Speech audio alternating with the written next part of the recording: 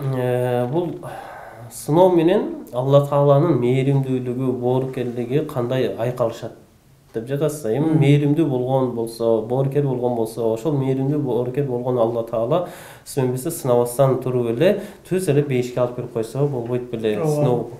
Сыноо кылбастан эле, экзамен албастан эле дегендей да.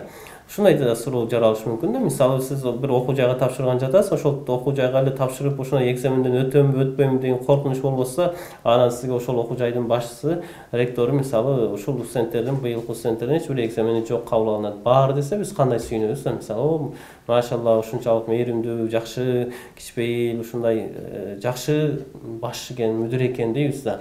Эми Алла Таала мээримдүүлүгүнүн чеги жок болуп аткан зат болсо, боорукер зат болгон болсо, ошол зат дагы эми пенделерден сыноо жөнөтпөстөн, имтихан кылбастан туруп эле тиги дүйнөдө баарын бейишке алып кирип койсо болбойбу деген суроо болуп жатат да. Мен айтар элем, ошол мээримдүү болгон Алла Таала, боорукер болгон Алла Таала адам баласын жаратканда эрк берип жаратты да, каалоо берип жаратты. Алла Таала эч качан адам баласын өзүнүн эрки жок эле мажбурлап жанагы бейишке же тозокко салбайт экен Кудай.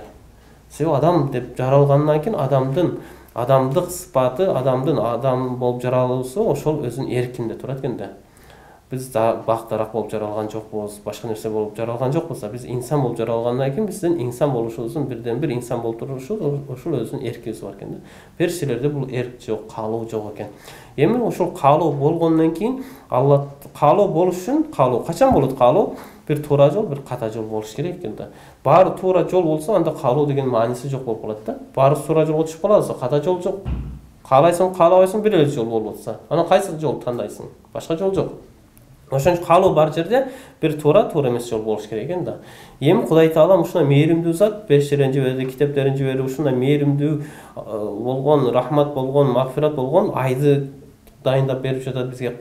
1000 айдан артык болгон кадыр кечесин берип жатат да. Ошонун баарын берип, эми сен ушул туура эмес жол, сол жак эмес, оң жакка карап баскын деп Алла Таала ушуну каалап жатат да. Каалооң менен ушуну танда, мен мажбурлабайын сени, мен жол көрсөтөйүн деп Алла Таала ушул нерсени айтып жатат.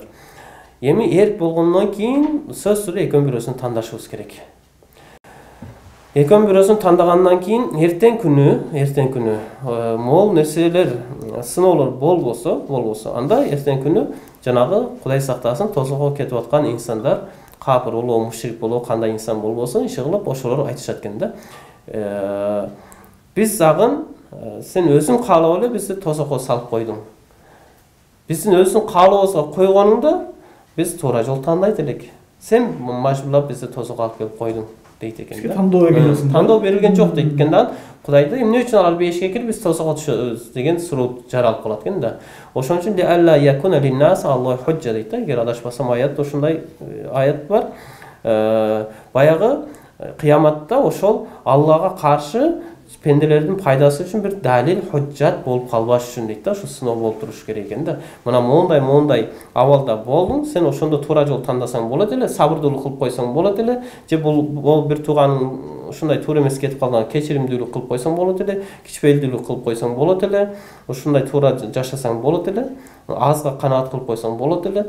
Бирок сен ушуларды аткарган жоксуң ошол учурда, мына могул туура эмес жолду, шайтандын жолун, же болбосо нафсың буйруган жолго түшүп кеттиң дегенде, ошол жердеги нафсыга, шайтанга кул болгон адам баягы китебинде баары жазылып турат, эч бир кача албастан ошол жерде баарыны мойнуга алып икрар кылат экен дагы, эч бир сөз айта албастан жанагы тозокко түшүп кетет экен дагы.